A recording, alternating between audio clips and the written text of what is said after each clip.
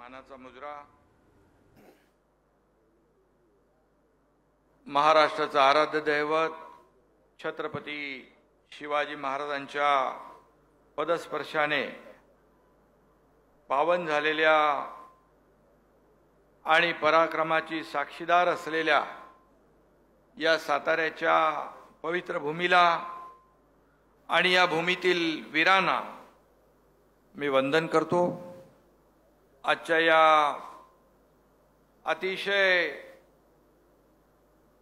महत्त्वाच्या आणि शिवशस्त्र शौर्य गाथा या कार्यक्रमाला उपस्थित राज्याचे लोकप्रिय उपमुख्यमंत्री देवेंद्र फडणवीसजी, आमचे दुसरे उपमुख्यमंत्री अजितदादा पवारजी, पालकमंत्री शंभूराज देसाई, आपले छत्रपती आणि खासदार उदयनराजे भोसले, शिवेंद्रराजे भोसले, या विभागाचे अतिशय धडाडीचे मंत्री सुधीरभाऊ मुनगंटीवार, महेश शिंदे, उपाध्यक्ष कृष्णा खोरे, मकरंदाबा पाटील, जयकुमार गोरे, राजेंद्र राऊत, व्यासपीठावरील सर्व सन्मान्य मान्यवर, विकास खारगे आहेत, जिल्हाधिकारी आहेत, सीओ आहेत, अधीक्षक आहेत, पोलीस आणि किशन कुमार शर्मा पोस्ट मास्टर, त्याचबरोबर पुरातत्व विभागाचे संचालक सुजित कुमार उगले आणि उपस्थित सर्व शिवप्रेमी शिवभक्त बांधव भगिनी आणि पत्रकार मित्रांनो, आपल्यामध्ये आणखी एक पाहुणे खास करून लंडनहून आलेत। On the behalf of government of Maharashtra, I welcome respected Nicholas Merchant to Maharashtra. Also, I express my sincere gratitude towards Victoria and Albert Museum for their cooperation. Because of your support and cooperation, it became possible to bring tiger claws to Maharashtra. त्यांच्याबद्दल बोललं म्हणजे आपलं वागणं जास्त वेळ राहतील इकडे ना।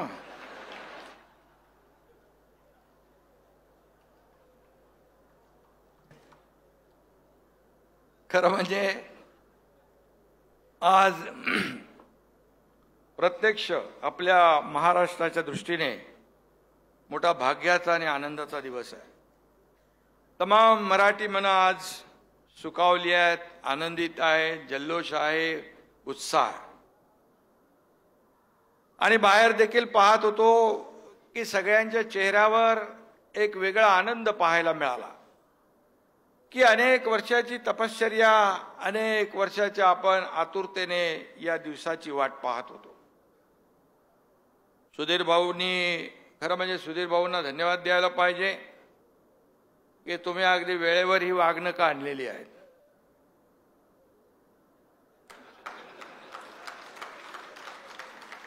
वेळेवर आणली म्हणजे तसं काय वेगळा विचार करू नका।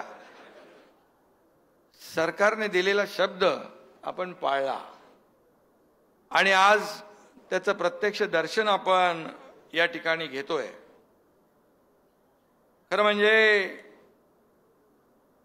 शिवरायांनी संपवला अफजल खान आणि ही वागणूक म्हणजे आपल्या महाराष्ट्राची शान,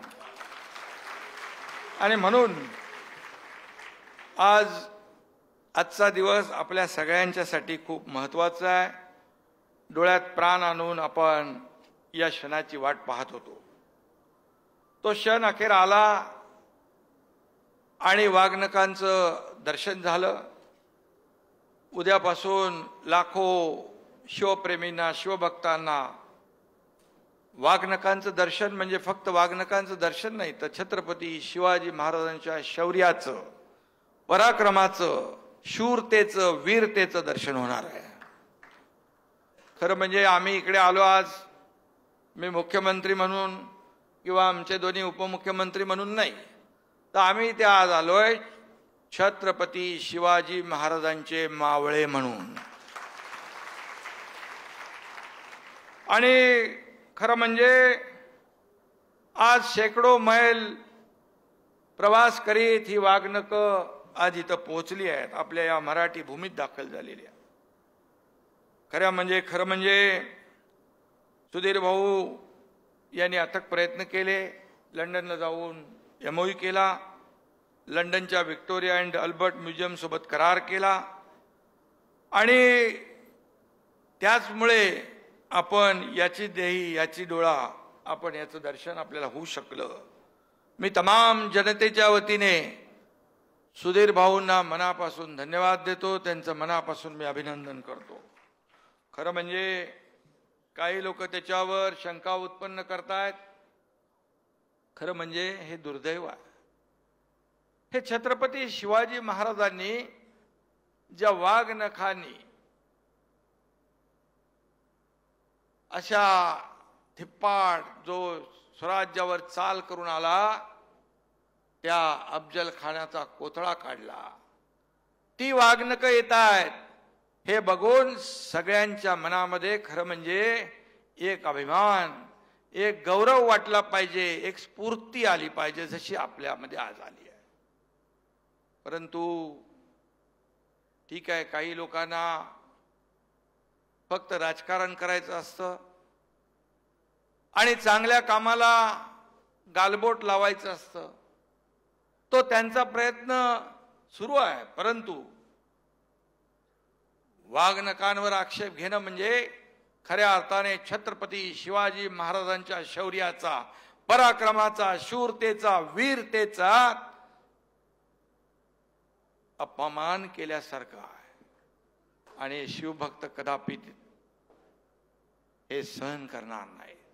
हा छत्रपती शिवाजी महाराजांचा महाराष्ट्र आहे आणि हा सगळा परिसर जो आहे हा छत्रपती शिवाजी महाराजांच्या पदस्पर्शाने पावन झालेली भूमी आहे. आणि म्हणून आज आपण एका क्षणात भूतकाळाचा धागा वर्तमानाशी जोडला आहे. 365 वर्षाचं अंतर आपण एका सेकंदात पार केलं आणि अफजल खान शिवरायांना जिवंत पकडण्यासाठी किंवा ठार मारण्याचा विडा घेऊन आला होता. पण महाराजांनी अतुलनीय शौर्य पराक्रम गाजवला आणि प्रतापगडाच्या पायथ्याशी खान धारातीर्थ पडला, खानाचा वध केला. तो दिवस 10 नोव्हेंबर 1659 होता. दगाबाज अफजल खानाचा कोतळा त्याच्या पोटात हीच वाघनकं खुपसून बाहेर काढला होता. असा पराक्रम गाजवण्यासाठी खरं तर मनगडात रग आणि छातीत धग असावी लागते. अफजल खानाचा वध ही साधी सोपी घटना नव्हती. हिंदवी स्वराज्य स्थापनेतील एक ही मोठी घटना होती. यवनांच्या राज्यसत्तेला महाराजांनी लावलेला हा सुरुंग होता. आणि म्हणून आज या वाघनकासमोर नतमस्तक होताना पुन्हा पुन्हा तो शिवरायांचा प्रताप आठवतोय. त्यांची शूरता, त्यांचा पराक्रम हे सगळं डोळ्यासमोर येत आहे. आणि त्यामुळे आपल्या प्रत्येकाचा ऊर भरून आल्याशिवाय राहणार नाही, छाती अभिमानाने फुगल्याशिवाय राहणार नाही. आणि खरं तर शिवकालीन महाराष्ट्र हे भारताच्या इतिहासातील सोनेरी पान आहे. तेजस्वी, लखलखती आणि अचाट पराक्रमानं झळाळणारं हे सोनेरी पान आहे. शिवाजी महाराजांनी अवघ्या 35 वर्षात आपल्या राज्यकारभारात 350 वर्षाचं पारतंत्र्य उकडून टाकलं, उकडून फेकून दिलं असा राजा होऊन गेला. शिवछत्रपतींनी स्वतःच्या हिमतीवर आणि जीवाला जीव देणाऱ्या मावळ्यांच्या साथीने स्वराज्य उभं केलं. शिवरायांनी आदिलशाही, निजामशाही, मुघलांना नेस्तनाबूत केलंच, पण त्या काळी पूर्णपणे शस्त्रसज्ज अशा पोर्तुगीज, फ्रेंच, इंग्रज, डच अशा परकीयांना देखील त्यांनी जरब बसवली. आणि म्हणून खऱ्या अर्थाने शिवरायांना आपण भारतीय आरमाराचा जनक देखील म्हणतो. त्यामुळेच या देशाचे प्रधानमंत्री नरेंद्र मोदीजी यांनी भारतीय नौदलाच्या ध्वजावर शिवमुद्राही समाविष्ट केली गेली. हा देखील एक महाराष्ट्राचा एक अभिमान आहे. आणि महाराष्ट्राचा गौरव आहे. स्वराज्य उभं करताना रयतेच्या भाजीच्या देठालाही हात लागता कामा नये असा दंडक शिवरायांनी घालून दिला होता. हिंदवी स्वराज्य हा शिवरायांचा श्वास होता आणि सुराज्य हा त्यांचा ध्यास होता. डॉक्टर बाबासाहेब आंबेडकर म्हणाले होते, इतिहास घडवणारी माणसं इतिहास विसरू शकत नाहीत आणि इतिहास विसरणारी माणसं इतिहास घडवू शकत नाहीत. असा इतिहास आपल्या राजांनी घडवला.